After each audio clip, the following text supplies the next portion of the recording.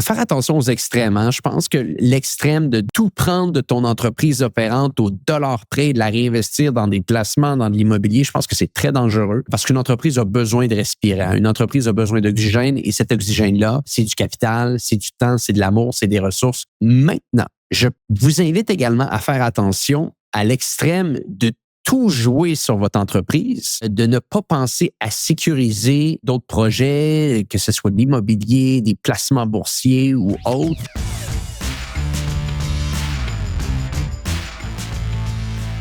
Donc, on est de retour sur le podcast Hypercroissance en mode discussion d'affaires en compagnie, comme à chaque semaine, de Jonathan Léveillé, qui m'a donné la bonne idée aujourd'hui de parler d'un sujet qui peut être assez intéressant. Jonathan, peut-être tu voudrais prendre un peu de temps et bien expliquer à notre audience ce que tu avais en tête. Oui, absolument, Antoine. Je pense que tout le monde le sait qu'il y a eu des énormes secousses à la bourse dans les dernières semaines, dernières journées. Donc, au niveau placement, investissement, je pense qu'on est un petit peu challengé tout le monde. Et on a fait un épisode il n'y a pas si longtemps au niveau de l'immobilier avec Patrice Ménard qu'on vous invite à aller écouter si vous ne l'avez pas déjà écouté. Et ces deux sujets-là m'ont amené l'idée de parler un petit peu, entre toi et moi, Antoine, à cœur ouvert, un petit peu, sans donner des chiffres précis, mais plus en pourcentage, de nos actifs et nos avoirs sont répartis où présentement en tant qu'entrepreneur. Je pense qu'il existe différentes philosophies au marché de où est-ce qu'on peut s'en aller puis comment réussir à bâtir une belle richesse à travers le temps. Et on ne s'était jamais posé la question, ou plutôt je t'ai jamais posé la question, toi, Antoine, qui d'ailleurs aujourd'hui, c'est ta fête à 32 ans. Donc, bonne fête, Antoine, à 32 ans. Et comme je te disais, Ordon, je peux pas croire que tu es rendu là à cet âge-là. Bravo, félicitations. Et ça l'amène encore plus cette fameuse question-là de, en tant qu'entrepreneur, la répartition de tes avoirs et tes actifs sont où? Est-ce que c'est plus dans l'entreprise? Est-ce que c'est plus rendu dans des placements en bourse et qu'il y a eu beaucoup de soubresauts dans les dernières journées?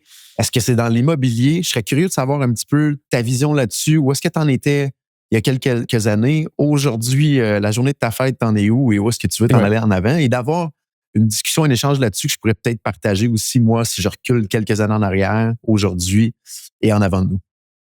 100%. Puis je pense que ce qui est intéressant, Jonathan, juste avant la discussion, tu avais bâti ce framework-là que je ne déteste pas, c'est de catégoriser un petit peu où est-ce qu'on peut être selon certaines catégories, littéralement. Donc, la catégorie de l'entrepreneur, souvent, qui peut lever des fonds et que tout va jouer sur son entreprise s'il est capable de l'amener à un autre niveau. Et ça peut être bootstrap également, mais très souvent, on les voit, ces entrepreneurs-là en tech, ils ont tout leur avoir dans leur organisation. Ils lèvent des fonds. Ils veulent ultimement peut-être faire un IPO, faire une sortie, faire une énorme entreprise. Donc, il y a souvent ce cas de pratique-là. Il peut y avoir un autre type d'entrepreneur qui, lui, a une organisation opérante qui fonctionne bien, qui a une toute petite croissance année après année, mais qui est ce qu'on pourrait appeler cash flow positif et qui donne des avoirs à l'actionnaire, donne des avoirs aux actionnaires plutôt.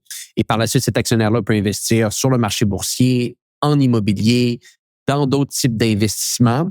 Et après, il peut y avoir un peu un entre-deux, c'est-à-dire l'entrepreneur qui, encore une fois, veut bâtir une entreprise avec une belle croissance soutenable à travers le temps, mais qui ne veut pas mettre tous ses œufs dans le même panier et se dire qu'à la fin de la journée, ma richesse va être uniquement reliée à une sortie ou peut-être un appel public. Mais bon, soyons honnêtes, là, ça arrive très, très rarement. Donc, essentiellement, davantage une sortie. Hein. C'est très souvent ce qui va arriver. C'est qu'il y a beaucoup de gens que s'ils bâtissent leur organisation et qu'ils réinvestissent tout dans leur entreprise, le seul moment qu'ils sont capables de vraiment avoir ce qu'on appelle un événement de liquidité va être si l'organisation est vendue. C'est arrivé avec une personne que je connais très bien récemment qui a vendu son organisation et que la majeure partie de ses avoirs était dans l'entreprise.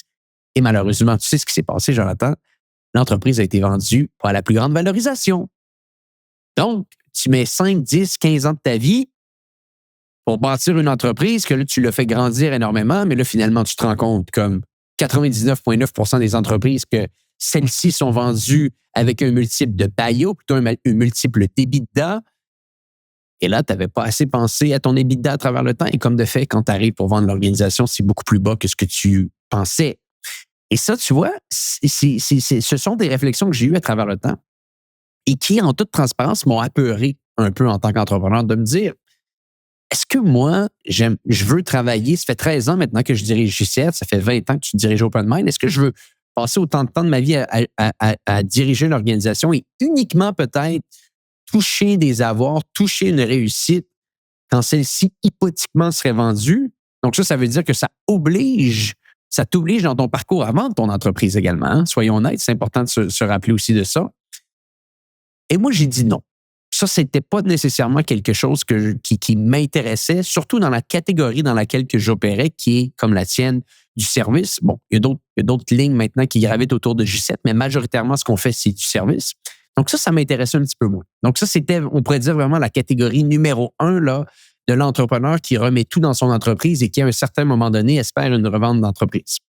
Le deuxième catégorie, c'est un entrepreneur qui, comme on le mentionnait, est peut-être un petit peu distrait à un certain point. C'est-à-dire qu'il fait grandir son organisation, mais est-ce que son temps est vraiment bâti sur son entreprise opérante ou davantage sur ses investissements ailleurs? J'en ai vu beaucoup de ces gens-là qui, essentiellement, l'organisation principale n'est là que pour générer des liquidités supplémentaires pour aller arroser un peu des investissements immobiliers ou des investissements à la bourse ou d'autres types d'investissements.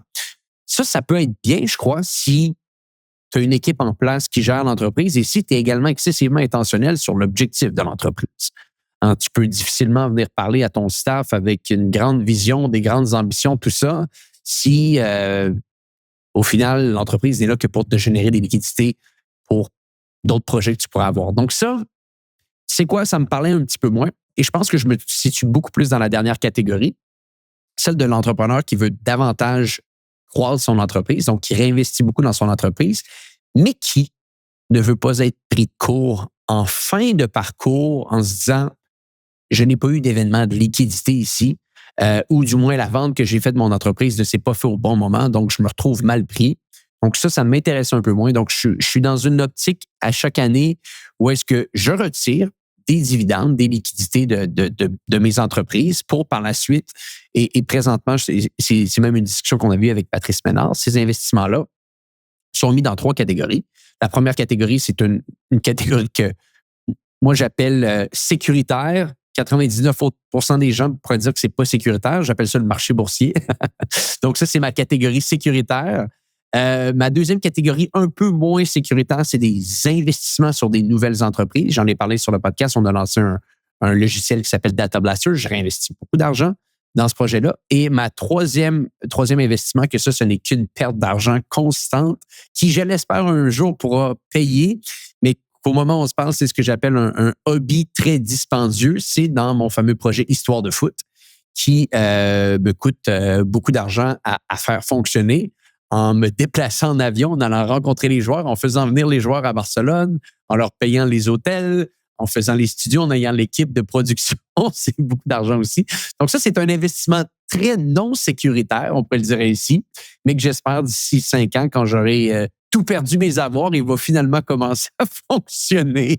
Donc, troisième catégorie, beaucoup de réinvestissements dans mon entreprise, mais 3 autres catégories à l'extérieur de mon entreprise où mes surplus de liquidité, entre parenthèses, pour aller le marché boursier, très sécuritaire, un logiciel et un projet Histoire de foot qui me prend beaucoup de mon temps et beaucoup de mes ressources. Et je serais curieux, Antoine, aujourd'hui, si on prenait une photo de tes avoirs nets, la répartition en pourcentage se situerait comment par rapport à la valorisation de ton entreprise, mettons des placements en bourse, puis les autres investissements autour? Puis où est-ce que tu veux t'en aller en avant? Écoute, c'est des bonnes questions que je me suis même posées dans le passé. La dernière fois que j'ai fait une évaluation de notre entreprise, c'était en 2020. Donc, si je me rappelle un petit peu des multiples que j'avais à ce moment-là, je pourrais argumentablement dire que peut-être l'organisation aujourd'hui aurait peut-être fait un 2,5x de ce qu'on était en 2020, peut-être 3 si je suis très, très généreux et que je trouve un acheteur affamé, on pourrait dire ça comme ça. Donc, si je pars dans une optique que j'aurais à peu près un 3x sur la valorisation de l'époque, je te dirais que mon organisation aujourd'hui représenterait à peu près peut-être le 2/3 de mes avoirs environ. Et le tiers restant est sur le marché boursier parce que les 2 autres projets naissants qui sont très intenses en injection de capital, je pense que ça serait je pense pas que je peux leur donner une valorisation aujourd'hui. Dans un an, peut-être. Et dans un an, je serais très confiant de le faire parce que c'est des actifs que tu vois qui ont énormément de potentiel, mais qui n'ont pas encore démontré une prise de marché. On est au tout début de Data Blaster. On est à peine en train de générer 2 000 $ par mois de revenus récurrents. Donc, donner une valorisation à une entreprise de la sorte, je pense que ce serait très tiré par les cheveux. Histoire de foot, c'est une machine à perdre de l'argent. Donc, lui donner une valeur en ce moment ne vaudrait pas grand-chose aussi. Donc, 2 projets qui ont beaucoup d'investissements, mais très difficiles de valoriser. L'investissement à la bourse, facile à valoriser. Et l'investissement d'entreprise, si je suis très généreux et que je fais un 3X, ben là, on arrive sur à peu près un ratio de 2 tiers, 1 tiers. Puis si on se projette dans, par exemple, 10-15 ans, c'est-tu déjà une réflexion que tu as eue de comment tu voudrais répartir un peu cet actif net-là, ou du moins l'idéal, où est-ce que tu voudrais t'en aller?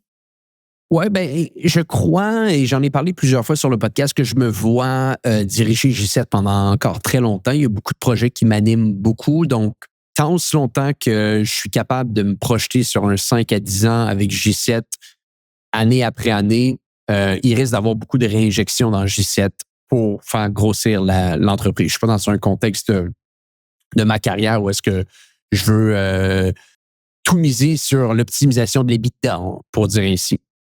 Donc, dans cette optique-là, je pense qu'il va continuer à avoir beaucoup d'investissements dans le G7 qui, par extension, va faire augmenter sa valorisation. Je l'espère. Et je crois qu'une grosse partie de mes investissements ou de mes surplus de liquidité qui pourraient se dérouler dans n'importe quelle de mes entreprises risque d'aller dans des entreprises privées. Je suis un grand fan. Entreprise privée, ça sera mon investissement très non sécuritaire, là, on pourrait dire ça comme ça. Et le reste risque d'aller à la bourse. Sachant que je suis encore un petit peu un nomade qui bouge à travers beaucoup de villes, le volet immobilier me fait un peu peur. Peut-être que c'est des croyances limitantes que j'ai, hein, et peut-être que toi et Patrice pourriez me convaincre à travers le temps, mais sachant que je bouge beaucoup d'une ville à l'autre, d'un pays à l'autre, c'est pas quelque chose qui m'a encore interpellé. Donc, je préfère vraiment miser sur l'économie américaine et sur ma compréhension du monde des affaires pour essayer de multiplier les investissements qui seront faits à travers le temps. C'est vraiment intéressant, Antoine, parce que plus que je parle à des entrepreneurs, plus je me rends compte que la variabilité des réponses qu'il peut y avoir là-dedans. Ouais. Puis, je vois beaucoup d'entrepreneurs qui se disent, moi, c'est juste l'entreprise, je veux rien savoir de comprendre c'est quoi la bourse, de comprendre c'est quoi les placements immobiliers. Puis je me focus 100% là-dedans, puis je pense que ça va être mon meilleur gain au final. Mais comme tu dis, il y a toujours l'enjeu qu'il y a une partie de la monétisation qui est peut-être sur un gain à la fin quand on vend la business. Donc de là, l'importance, il faut qu'il y ait une certaine rentabilité à travers le temps et tirer cet argent-là. Est-ce qu'on la réinvestit pour acquérir d'autres business dans le même domaine qu'on est? Est-ce que c'est pour investir dans d'autres business plus privés? Est-ce que c'est pour fioler des produits? C'est vraiment intéressant. On fait une petite pause sur l'épisode en cours parce que je veux vous poser une question. Est-ce que, comme moi, les tarifs américains vous font peur? Eh bien oui, les tarifs sont maintenant à nos portes et on doit se retrousser les manches. On doit trouver des façons d'aller générer de la croissance malgré les bâtons qu'on se fait mettre dans les roues. Et c'est pour ça qu'aujourd'hui, je veux vous parler de Hello Darwin. Hello Darwin, c'est une organisation qui vous permet d'aller chercher toutes les subventions dont vous avez le droit. Et vous savez quoi? Des subventions concernant l'exportation, il y en a des tonnes au Canada. Il y en a une nouvelle Cannes Export qui revient sur le marché et l'équipe de Hello Darwin est capable de faire tout le travail administratif pour vous. Allez vous chercher l'argent, le mettre dans votre compte en banque et vous permettre de continuer à aller chercher cette croissance ou plutôt cette hyper-croissance. Et l'équipe de Hello Darwin est un partenaire depuis très longtemps maintenant du podcast. Et la raison pour laquelle on les aime autant, c'est qu'ils sont capables de vous trouver l'argent qui va être capable de vous permettre de débloquer la prochaine étape, la prochaine croissance, la prochaine expansion de votre organisation. Allez les voir au go.hellodarwin.com/hypercroissance et obtenez 10% de rabais en travaillant avec eux. Donc, je le répète, go.hellodarwin.com/hypercroissance. Et le plus beau dans tout ça, c'est qu'Hello Darwin vous garantit littéralement qu'ils vont être capables d'aller vous chercher l'argent en subvention. Et si ça ne fonctionne pas, ils vont vous rembourser ou vous payer la différence. Donc, c'est sans risque. Allez les voir, go.hellodarwin.com/hypercroissance. Ils font le travail pour vous pour aller vous chercher vos subventions et contrer ces fameux frais de douane. De retour à l'épisode en cours. Puis juste pour faire une parenthèse là-dessus, puis je pense que c'est vraiment important de le mentionner, Jonathan, on se fait vendre des choses dans les journaux, dans les médias sociaux sur des ventes d'entreprises qui sont plus souvent qu'autrement fausses. Ça, c'est vraiment important de le mentionner. C'est-à-dire que si on lève de l'argent ou ultimement on est capable de faire une vente, moi, je l'ai vu très souvent, des très, très grandes ventes, il n'y a quasiment rien qui reste au fondateur à la fin de la journée parce que il y a un stack prioritaire pour les investisseurs, c'est-à-dire que beaucoup de gens qui sont en train de lever de l'argent le savent. Ici, si les investisseurs viennent lever de l'argent et qu'ultimement, il y a un événement de liquidation, il y a une vente, c'est les investisseurs qui sont payés en premier. Et ça, c'est pour à peu près n'importe quel type d'entreprise qui vont investir. Donc, quand les investisseurs sont payés en premier, et des fois, ils le font avec des facteurs multiplicateurs, c'est-à-dire ils veulent absolument se faire payer à un multiple X ou 2X. Donc, si le 2X n'existe pas, ils vont uniquement prendre le X, mais si le 2X existe, dans le contrat, ça dit qu'ils sont prêts à prendre le 2X. D'autres personnes vont payer et vont être payées également. Puis à la fin, il y a les fondateurs qui sont payés. Et plus souvent qu'autrement, les fondateurs, sachant que c'est des ventes qui n'ont pas énormément généré de traction à travers le temps, eh bien, il n'y a pas eu de ce qu'on appelle en anglais, je ne sais pas exactement le terme en français, Jonathan, peut-être que tu l'auras, des secondary, essentiellement un endroit où est-ce que les fondateurs peuvent revendre des parties des actions et là, encaisser de l'argent qu'ils vont pouvoir sécuriser dans un compte. Ce n'est pas ultimement réinjecté dans l'entreprise. Donc, justement, dans les plus loin dans ce que tu disais, je voulais le mentionner, les entrepreneurs qui visent la vente absolue comme unique capacité de sortie, prenons un pas de recul ici, c'est très rare que ça se déroule exactement comme on le voit dans les grandes ventes. Excessivement rare même. Et ça, je suis d'accord avec toi, Antoine. Je te partage un petit peu, si jamais ça t'intéresse, comment moi, je le réfléchis, la répartition des actifs à travers le temps, il y a 20 ans jusqu'à aujourd'hui. C'est toujours, je pense, le même schéma de pensée que j'ai eu dans les 20 dernières années. Initialement, c'est la business opérante qui génère de la liquidité, du cash flow. Et mon premier réflexe, c'est de regarder est-ce qu'il y a des acquisitions potentielles qu'on peut faire pour aller plus vite dans OpenMind et dans Code and Steel. Malheureusement, il y a peu de business à vendre dans notre domaine et quand il y en a à vendre, c'est à des valorisations généralement qu'il n'y a pas de... Les chiffres ne fonctionnent pas ou du moins la personne qui va acheter a le moyen de faire une synergie incroyable que nous, on n'a pas la capacité de faire au final, au stade où ce qu'on est rendu. Donc, premier réflexe, généralement, c'est de regarder est-ce qu'on peut acheter une business qui va venir complémentariser ce qu'on fait ou accélérer ce qu'on fait. Malheureusement, la réponse est souvent plus non que oui. On en a fait une à travers le temps. Et mon deuxième réflexe, c'est est-ce qu'on a un produit qu'on peut développer pour réussir à accélérer ce qu'on fait? On l'a déjà essayé, on n'a pas été extrêmement bon là-dedans et on a décidé de se reconcentrer plus sur notre aspect core de service dans les dernières années, ce qui est en train de nous redonner un effet de levier vers l'eau. Donc, le vase communicant après ça, c'est dès qu'il y a de la liquidité disponible, c'est de regarder est-ce qu'il y a de la possibilité d'investir dans le marché immobilier.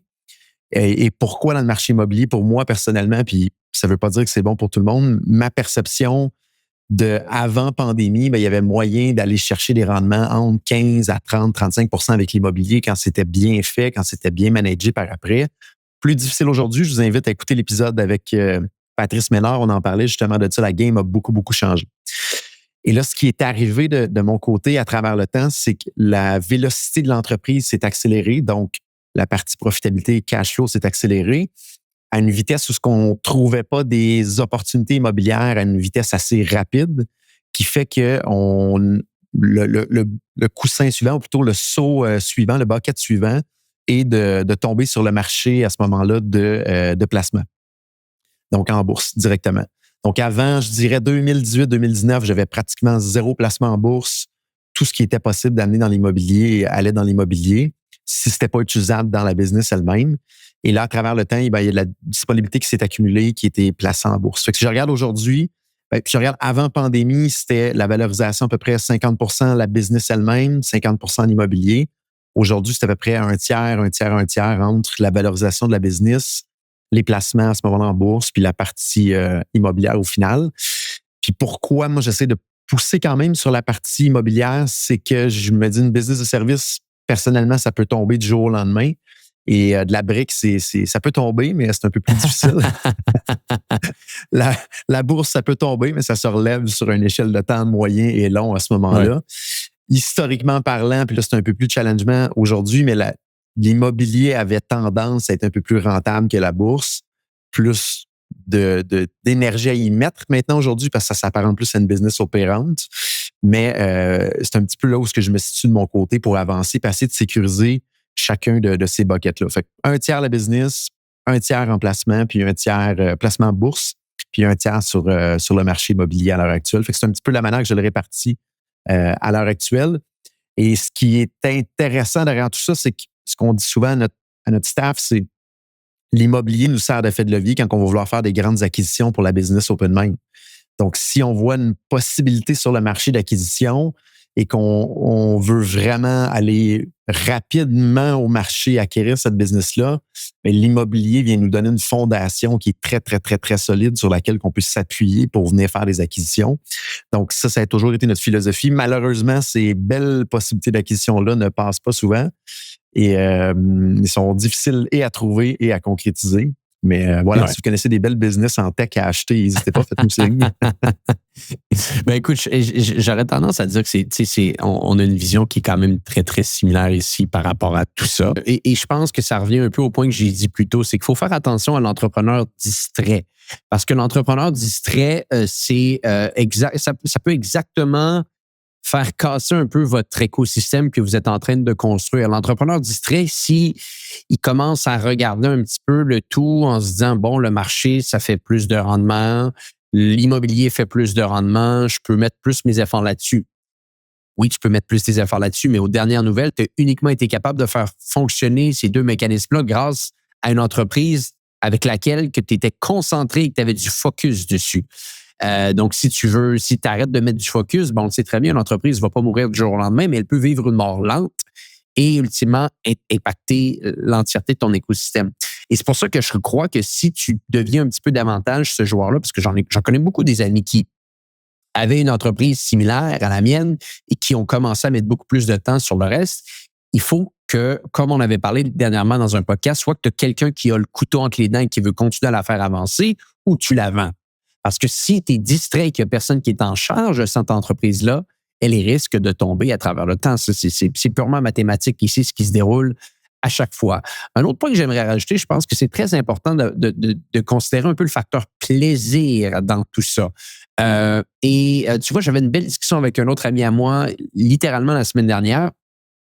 Il me disait qu'il aimait que je lui parlais un petit peu du projet Histoire de foot qui me fait énormément plaisir, qui me permet de sortir un petit peu de mon quotidien de marketing, d'entreprise, tout ça, et de me ramener dans un mode plus sport, mais business, sportif également, je pourrais dire, entre parenthèses, parce que c'est un vrai projet que je veux faire avancer ici.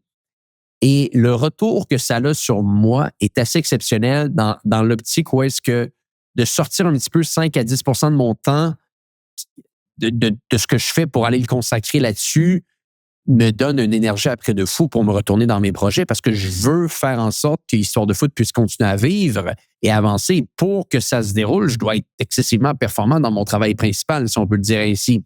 Et cet ami-là, lui, me disait, hey, tu sais quoi, ça me fait penser à la même chose. Moi, en ce moment, ce qui se déroule, c'est avec l'humour. Moi, j'aime faire des spectacles d'humour devant des tout petites salles. Je ne suis pas un humoriste, mais c'est quelque chose qui me donne par la suite l'énergie de me dire, je vais retourner dans mon travail pour par la suite être capable d'avoir la chance de faire d'autres types de spectacles d'humour parce que ça lui demande beaucoup de temps, les spectacles d'humour, et ça ne lui fait que perdre de l'argent. Un petit peu comme ce qui se déroule avec moi en ce moment. OK? Donc, tu comprends l'idée. Mais je pense que c'est quand même important d'avoir cette réalisation-là sur le bonheur que tu peux avoir avec tes investissements et le bonheur également que tu peux avoir avec ton entreprise principale, c'est-à-dire qu'est-ce qui te rend et qu'est-ce qui te fait le plus plaisir parce que ça a une valeur excessivement importante dans ton quotidien, tout ça. Et moi, j'essaye de bien le considérer avant de faire des investissements, de faire des changements un petit peu, on pourrait dire, dans mon portefeuille. Il y a des choses que je fais qui, oui, vont avoir une vision plus transactionnelle, mais il y a des choses que je fais également qui vont avoir une vision qui va être beaucoup plus orientée sur des choses qui me font plaisir, qui me permettent de me créer de l'énergie. Et il ne faut pas le sous-estimer, ça, parce que ultimement, on travaille fort pour créer un petit peu plus de richesse. Mais la richesse, par la suite, qu'est-ce que tu vas en faire? Bien, ça peut t'acheter un peu cette liberté-là, cette liberté de faire des projets que tu as envie de faire. Et ça, il ne faut pas l'oublier. Et il ne faut vraiment pas l'oublier, je pense, quand on pense à tout ça. Ben, tu vois, c'est là que j'amènerais le cadre de réflexion peut-être au prochain niveau. On parle de répartition de nos actifs nets, mais je rajouterais par-dessus ça, où est-ce qu'on met en pourcentage notre temps par rapport à ces Oui, buckets-là et où est-ce qu'on a du fun. Et oui, normalement, il devrait avoir, il y a des choses qui pourraient être intéressantes peut-être de tirer comme conclusion parce que, comme je mentionnais de mon côté, c'est un tiers des actifs dans OpenMind, en business opérante, un tiers dans l'immobilier, un tiers dans les placements. Mais 90% de mon temps est dans OpenMind, puis 90% de mon fun, c'est dans OpenMind directement. Je vais passer peut-être un 8% dans l'immobilier. J'ai du fun quand même là-dedans aussi, puis 1 ou 2% dans les placements en bourse. Fait que je dirais ma strat qui est où je mets mon temps en pourcentage, puis où que le fun est, je l'ai arrimé vraiment une à l'autre. Puis on voit qu'il y a un débalancement complet entre je mets beaucoup plus de temps dans business opérante parce que j'ai du fun, oui. que dans la partie surveiller les placements en bourse puis les placements en immobilier. Là. Je serais curieux de voir, Exact. toi, comment tu rallies ton pourcentage de temps versus le fun. Est-ce que tu es bien équilibré ou.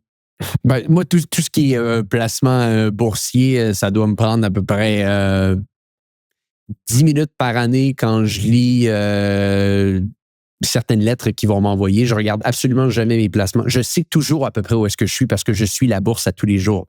Mais je me suis fait une réflexion à moi-même de ne jamais aller voir mon portefeuille de manière quotidienne ou hebdo, tout ça, parce que je sais à quel point que ça va me créer de la distraction.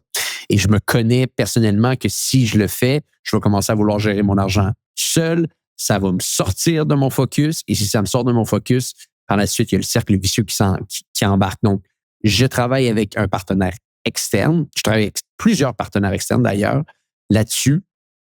Je le regarde à peu près une fois par année où est-ce que j'en suis au net, mais je sais à peu près tout le temps où est-ce que j'en suis parce que la majeure partie de mes avoirs sur le marché boursier sont dans des indices du S&P 500 et du Nasdaq. Là. Donc, on est capable de savoir globalement quand on perd de l'argent et quand on en gagne. Peut-être pas au dollar près, mais environ où est-ce qu'on en est. Donc, ça me prend aucun temps et j'ai pas envie que ça me prenne du temps. J'ai pas envie que ça me prenne du temps parce que il faut que tu te connaisses. Hein? Il faut que tu te connaisses en tant que personne. Je pense que tu dois être très similaire à moi, Jonathan.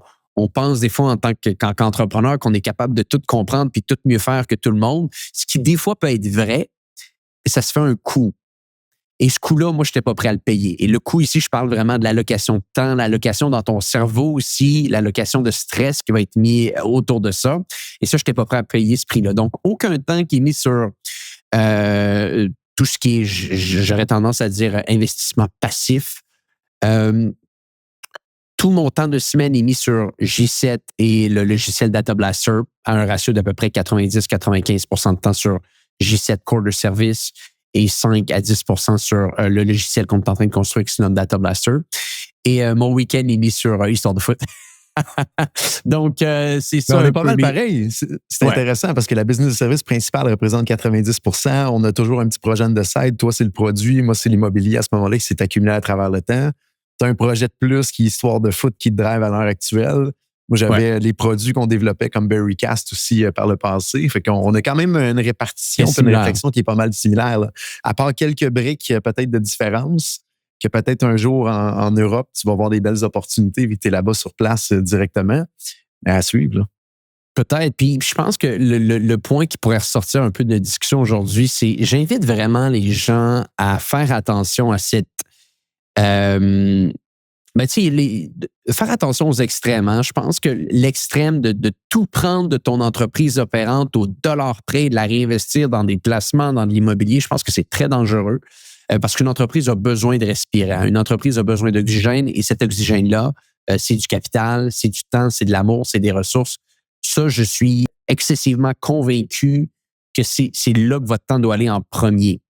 Maintenant, je vous invite également à faire attention à l'extrême de tout jouer sur votre entreprise et de ne pas penser à sécuriser certains bons coups à travers le temps et sécuriser d'autres projets, que ce soit de l'immobilier, des placements boursiers ou autres, ou simplement juste d'avoir des liquidités qui peuvent faire du 1 ou 2 par année. Bref, une sécurité. Parce que on voit des ventes d'entreprises des fois qui sont extraordinaires. Et j'ai une admiration des plus profondes pour les gens qui sont capables de lever 100, 200 millions de dollars et de faire des sorties à 10 chiffres. C'est exceptionnel. Il faut juste savoir une chose, c'est rare. Et plus souvent qu'autrement, les ventes d'entreprises se font à un prix qui n'est pas tellement avantageux pour le fondateur.